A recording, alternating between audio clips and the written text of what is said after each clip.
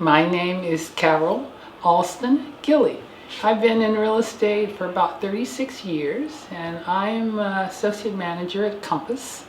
And I started my real estate life right here where we are in Los Feliz and Franklin Hills and all the surrounding hills, and it was many, many moons ago. I am more of a listing agent than I am a buyer's agent, but I work with buyers as well. I like working with first-time buyers and people who this is their first experience, so I enjoy that.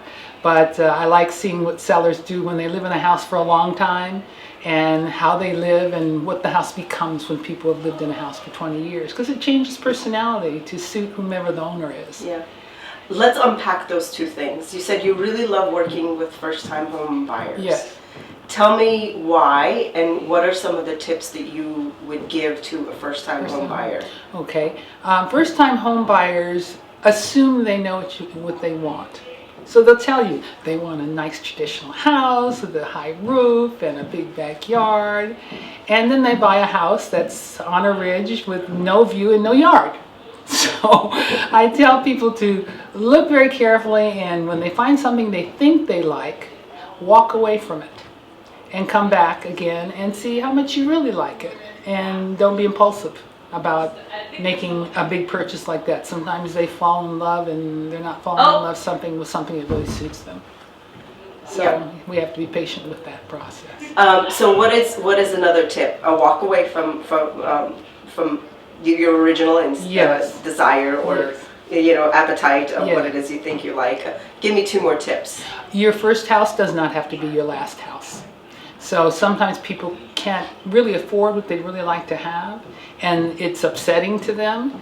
And I remind them, this doesn't have to be the last one. This can be your first house, and then you keep it. It becomes your rental later on, and you buy something else, or you refinance it in 10 years, and still keep it, but buy your dream house. You don't have to. It doesn't. Your first is not your last house.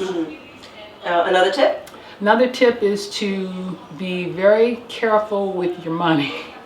And when you buy something, don't do everything right away. Live in it a while and see how it feels to you. Because something you think is horrible in the house, that, I can possibly live with that, and you find that isn't that important after you've lived there a little while. So take your time, enjoy your house first, and then later on make changes, but don't do it right away. Yeah.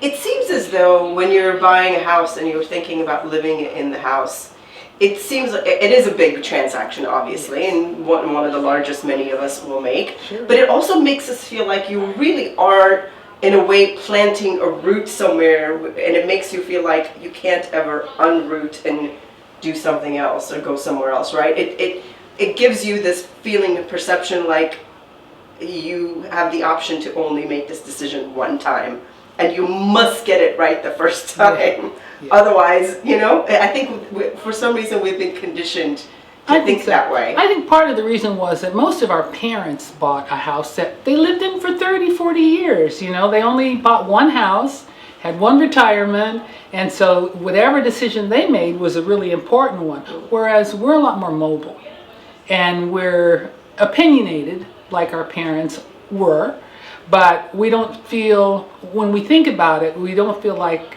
our life is in that one house for 30 or 40 years. And if you start thinking about that a little bit, it helps to free you up to look at options. True, very true. Let's move to the other side. You love working with listing agents. Yes. Talk to me about why you love working with listing with sellers? Sellers, yes. Because sellers also live in that world that my house is worth $1 jillion. And what they have to learn is that they're not buying the house.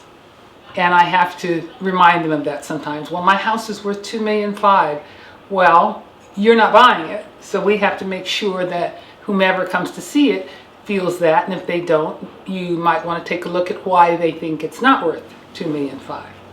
So this is very important, that you look at how somebody else looks at it. You're not buying it. And I've had to say that a lot of times to sellers. You are not buying this house, you are selling it. So what are some of the tips you give them to let go a little bit, to disconnect a little bit, to give themselves a little bit of a space and permission to choose a realtor that's going to work with you, who you don't feel has to have the money, but has a time to listen to you and understand what your expectations are in selling.